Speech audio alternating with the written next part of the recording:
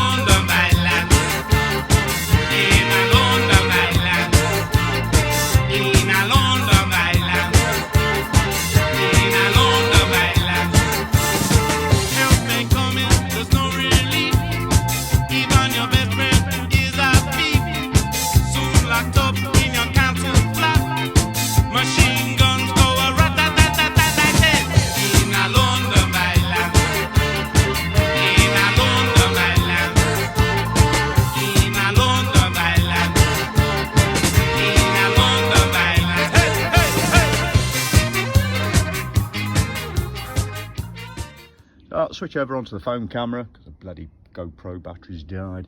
But yeah, I don't know how much we caught on there, but that is the Dolphin Glaze. That is a very fine surfaced filler. That is now on. That will fill in all the very fine scratch marks in that filler, any pinholes. That's going to take about 20 minutes, 30 minutes or so to go off. We'll knock off the high bits with some 180, and then we'll step it down to 400, and we'll get that back on the block. Where is the block? Where's the block gone? Yeah, these are very good, the Jura blocks.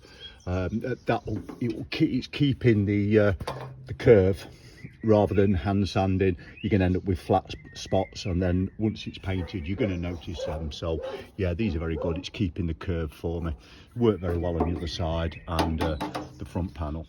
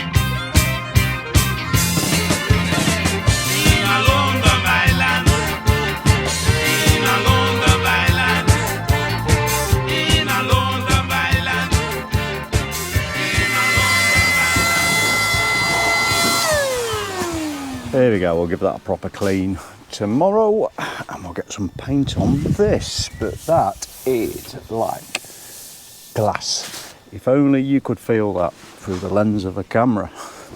Yeah, I'm really happy with that, as I am with all the other panels.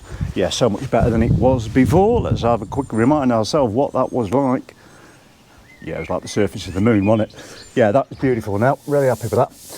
So we'll leave that tonight. I'll get some etch primer on that tomorrow, and then we'll crack on with the plastic. So I'll see you tomorrow. There we are frame complete. We're all in etch primer. Quite happy with that, really. But look at this lot. Oh yes, this is the plastics. Yeah, these are the old panels. Yeah, they're very pretty. And these are the new ones. There's a lot of these sky blue ones. These all came off the same bike, obviously. I did manage to find a scrap bike where I got the panels from. The mudguard came off a different bike. The horncast came off a different bike. The horncast, problematic.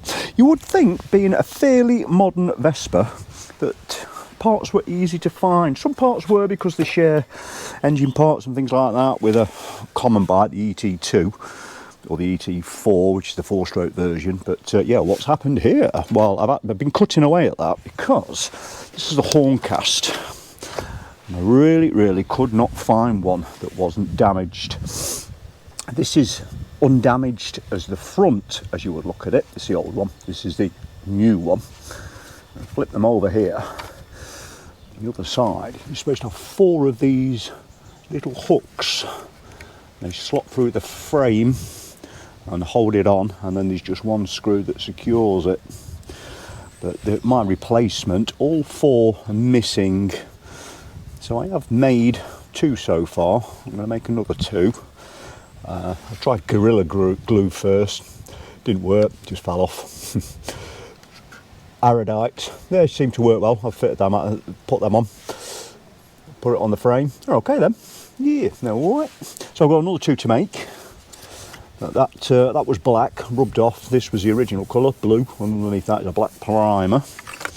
But yeah, that's going to work out okay for me, I think. That was the old one. I've kept that for the measurements. Make sure I get it right. But yeah, that's working out okay. That's good. I'm happy with that. So we've got new ones of these. That's the knee guard, the foot guard, because they're all broken. Yeah, parts missing where it's been dropped. So what I can ascertain so far from the work that we've done, I think Rupert was originally the gunmetal grey colour, been crashed, and then it was painted red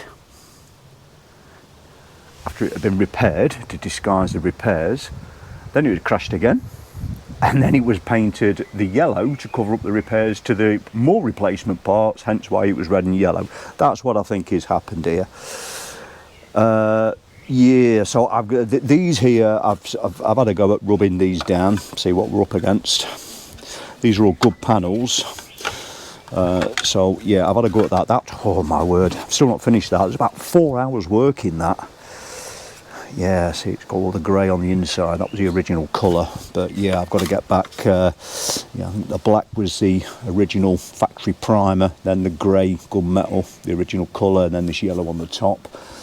That's been replaced, obviously, because that was the red and the yellow.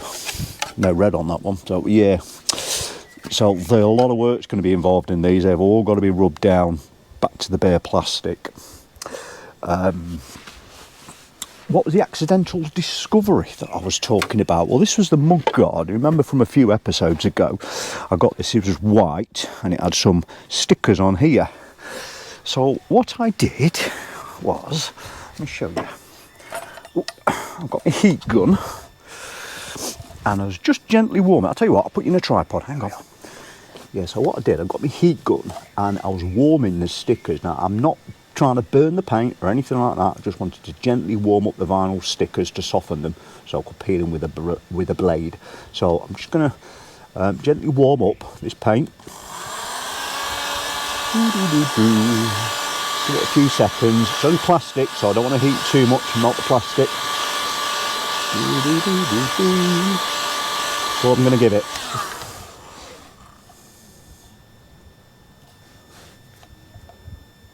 Look at that, straight through to the under plastic, and it's just peeling off.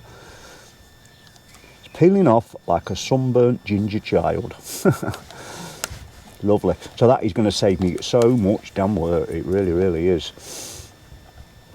But it's only worked on these blue panels. There is a little bit of damage on here. Oops, where you can see properly. Yeah. Get the knee guard. You see just this faint dirt mark there. What's left of it there. This panel goes up against it there. And that's how it fits onto the bike.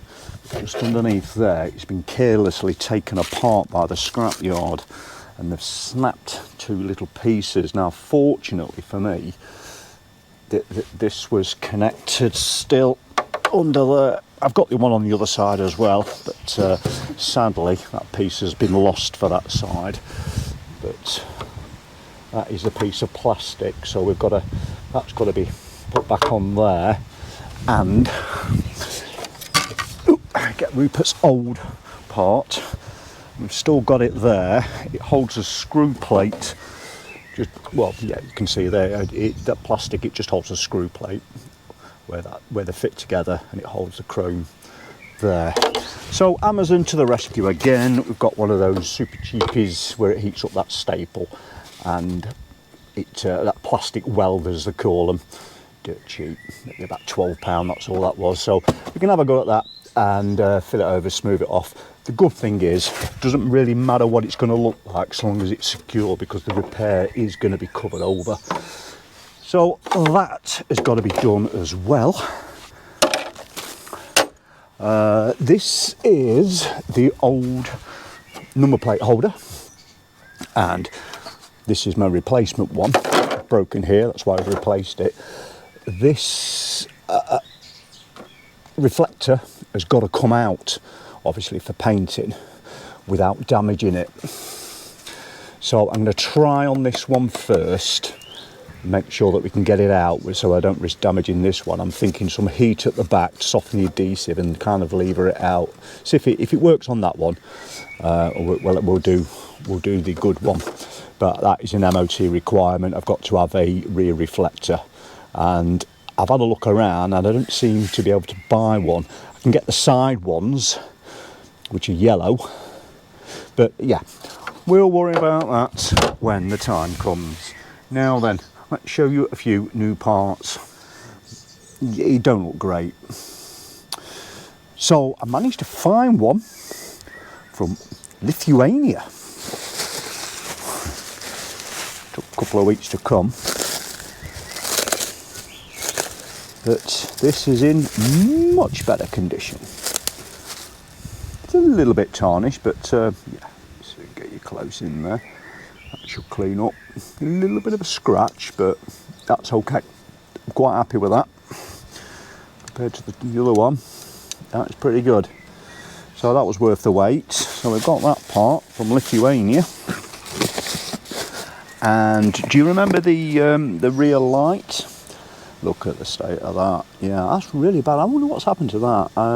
I think somebody's been grinding metal near it, and those hot sparks have melted into the plastic and then they rust. I've seen that before. I've seen it on UPVC windows and things when people are grinding near it. But anyway, you remember the last video I said that we needed one of these because this is going to let the side down. I could not find one, not in great condition anyway. I've seen them a little bit damaged, and they wanted too much of a higher price for them. I didn't think it was worth it. I've seen some in India, which I thought they're probably copies. They're not going to be great, but I've managed to find this. Ooh, unboxing video, eh? Now this is new old stock. I thought it'd be worth a punt. It did cost me a little bit. It's 55 quid. But, oh, got an invoice. Was it 55 quid? It was 55 quid. Yeah. So, let's have a look. Let's hope it's the right one. This is the complete light unit. I couldn't just get the chrome. That's okay. Ooh, wrapped up well anyway. Oh, it's like Christmas. Oh yes. Oh, I don't know. What's that connector? Not sure about that. Looks like a different connector to what I've got, but I don't think that matters as long as the chrome surrounds are right. Yep. Right, look at that later. Let's get them chrome surrounds. They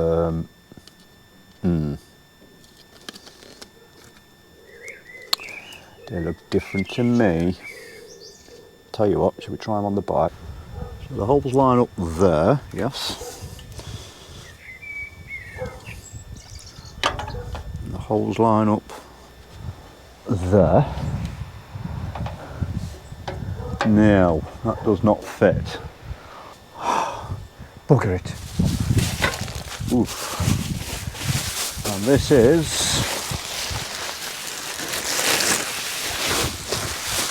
the chrome rack.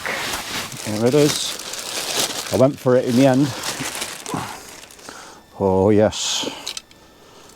Ooh. How do that stay down? Don't know. I'll have to wait until it's on the bike, I think. That's pretty smart, isn't it, that? I like that.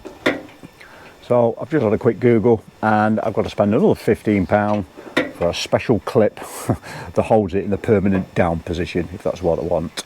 Why wouldn't you? Why would you buy just a rack and have it permanently up like that? What's the point in that? You can never use it. So yeah, I'm gonna have to get this clip, and then the idea is I can just bicycle lock my helmet to it, so I don't have to carry it around when I go for a wander. So yeah, I'm gonna get one of them. That's nice. Covers up those bolts that hold it onto the frame, but it didn't come with a screw. So a sort of little stainless steel screw out just to hold that on there. Fits nicely under that panel. Yeah, really nice, happy with that. And of course it saves me spending a fortune for that little Vespa thing that covers up those screw holes. So yeah, right, we'll get that sorted when we get all of this mess cleaned away. A long day today, but we've finished off the frame, all in etch primer now. We get this back in the garage and get it covered up. Got to get that plastic primer ordered now. I've got a busy week ahead of me this week. Can't do any this week, but the week after we get that plastic sorted out. All the blue stuff, we'll get all of that scraped off, and then the original panels that I'm using, all of that's going to have to be wet flattered. It's going to be a long one. Treated you this video, so let's get another banger on. It's going to be a killer.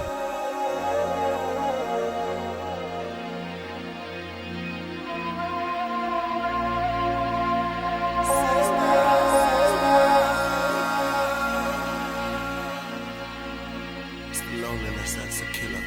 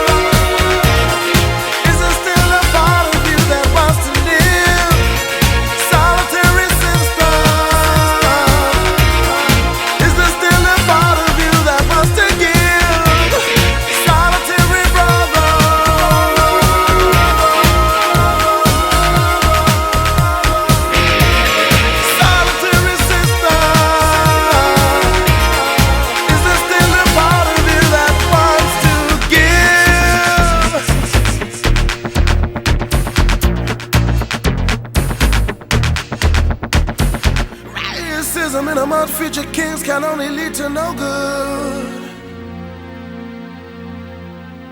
Besides, all our sons and daughters already know how that feels. Yeah, yeah, yeah.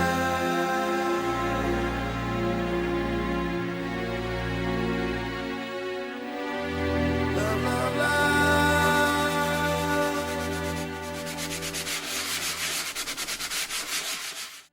Man alive, that was brutal.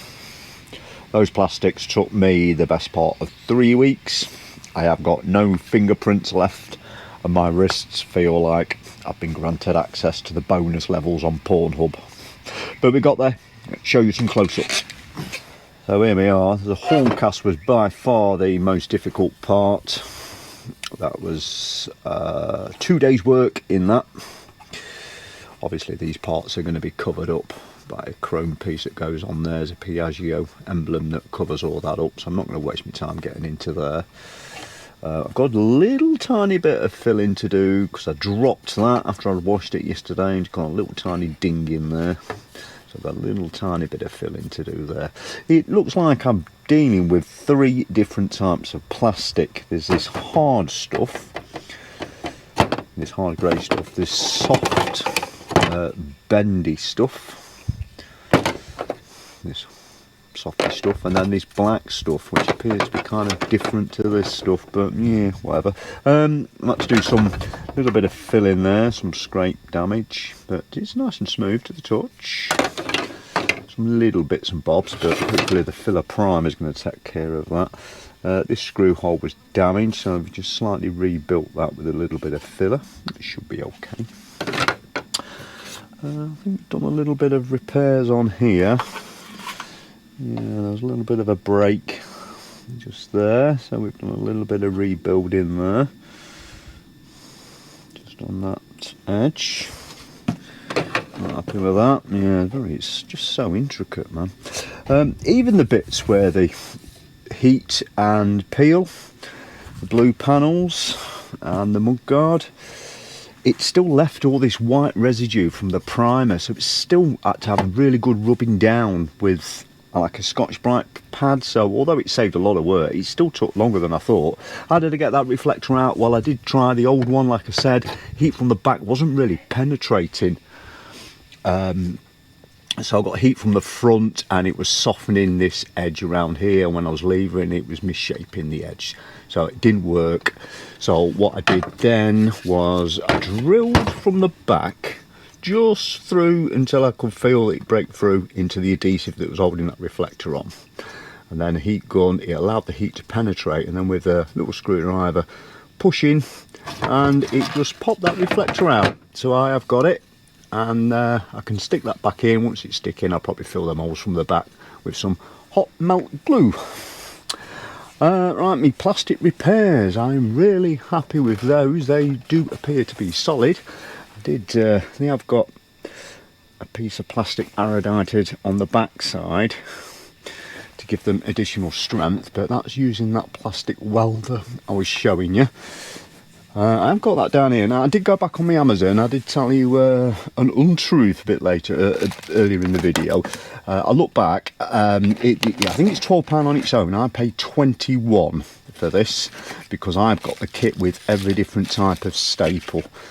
I think I've probably used about 8 or 9 staples on the panels. But I tell you what, it's been one of the best things that I have ever bought off Amazon. It worked an absolute dream. Really did. I've used a few in here, I've used a few in here. You saw how I did it. Just clipped off the staples afterwards, grind them down with the Dremel below the surface and then filled them in. And it really did work very, very well. A little bit around there, there's a staple on the inside of there. Couple more here and there. Yeah, worked really well. The filler, quite a bit of that in this big boy plastic flexi filler. I found that to work really well. It was very easy to sand. 400 grit sanding down, dry. I did try and sand it wet and it kind of just started to dissolve it and turn to mud, so sand it dry. But yeah, you get a nice soft surface with that in various places. We've got various little bits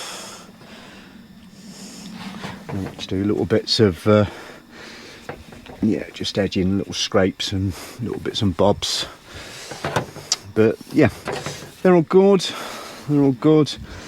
Yeah, so 3 layers of paint on a lot of the original Rupert parts. That Horncaster, 3 layers of paint and the primer, of course. All went with 180 grit wet, and then 400, and then 600. Yes, how's that there? Yeah, that's a bit, still got a little bit below the surface there. I was wondering about that. I'm thinking, will the filler primer get it? But do you know what? Later on today, I'm doing that bit where I've dinged that bit there, and I think I've just put a little bit in there as well. Just want to be 100% sure. So yeah, I ordered the paint and I left out the plastic primer. So I've got the plastic primer now.